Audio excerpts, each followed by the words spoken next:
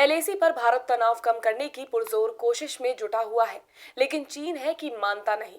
वो अपना अड़ियल रवैया इख्तियार किए हुए है। इन सब के बीच भारत लगातार उच्च स्तरीय बैठक कर आगे की रणनीति तैयार करने में जुटा है। साथ ही भारत चीन के साथ होने वाली अगली वार्ता को लेकर भी चर्चा कर रहा है। एक तरफ भारत है जो बातचीत से मसला सुलझाने की पूरी कोशिश कर रहा है, तो दूसरी तरफ चीन अपने सैनिकों को अभी भी पीछे हटने के लिए प्रोत्साहित नहीं कर रहा है। वो अभी भी तनाव बनाए हुए हैं। देखिए इस पर हमारी ये खास रिपोर्ट। भारत एवं चाइना का सीमा का प्रश्न अभी तक अनसुलझा है।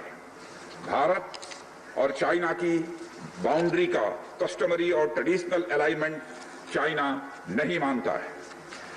यह सीमा रेखा वेल एस्टेब्लिश्ड भौगोलिक सिद्धांतों पर आधारित है, जिसकी पुष्टि न केवल ट्रीटीज और एग्रीमेंट्स द्वारा बल्कि हिस्टोरिक यूसेज और प्रैक्टिसेस द्वारा भी सभापति महोदय हुई है।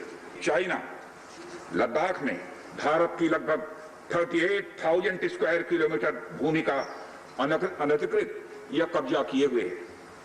इसके अलावा 1963 में एक तथाकथित बाउंड्री एग्रीमेंट के तहत पाकिस्तान ने पाक ऑक्युपाइड कश्मीर की 5,880 स्क्वायर किलोमीटर भारतीय जमीन अवैध रूप से चाइना को सौंप दी है।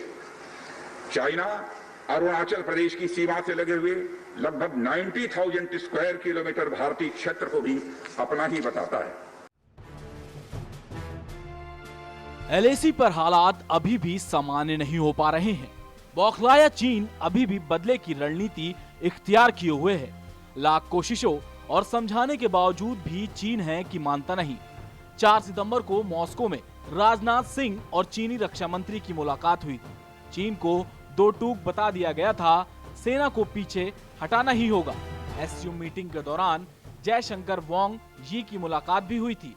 फिर भी एलएसी पर भारतीय और चीनी फौज आमने सामने खड़ी है। बातचीत का दौर भी हुआ, लेकिन चीन की कथनी और करनी में बहुत फर्क है। वो कहता कुछ है और करता कुछ। चीन के सैनिक एलएसी पर लगातार एक के बाद एक साजिश रच रहे हैं। कभी वो एलएसी पर पंजाबी गाने बजाकर ध्यान भटकाते हैं, तो कभी सीमा के अंदर घुसने की कोशिश करते हैं, जिससे साफ जाहिर होता है कि वो भारतीय सैनिकों को डराने की कोशिश कर रहे हैं। लेकिन चीन के सैनिकों को शायद ये पता नहीं, भारतीय जवान न कभी किसी मुश्किल के सामने डरे हैं और न ही कभी डिगे हैं। इन सब के बीच उच्च स्तरीय अधिकारियों द्वारा लगातार मीटिंग भी की जा रही है। साथ ही चाइना के साथ होने वाली बैठक को लेकर भी चर्चा हो रही है। रक्षा मंत्री राजनाथ सिंह लगातार सभी सेना प्रमुखों के साथ बैठक कर तैयारियों का जायजा भी ले रहे हैं। सूत्रों ने बताया कि बैठक में इस बात पर भी थोड़ी चर्चा की गई, कोर कमांडर स्तर की अगली वार्ता में भारतीय पक्ष को किन मुख्य बिंदुओं को उठाना है। हालांकि चीन की पीपल्स लिबरेशन आर्मी ने कोर कमांडर स्तर की वार्ता का अगला दौर आयोजित करने के संबंध में भारतीय सेना को अभी कोई जवाब नहीं दिया है।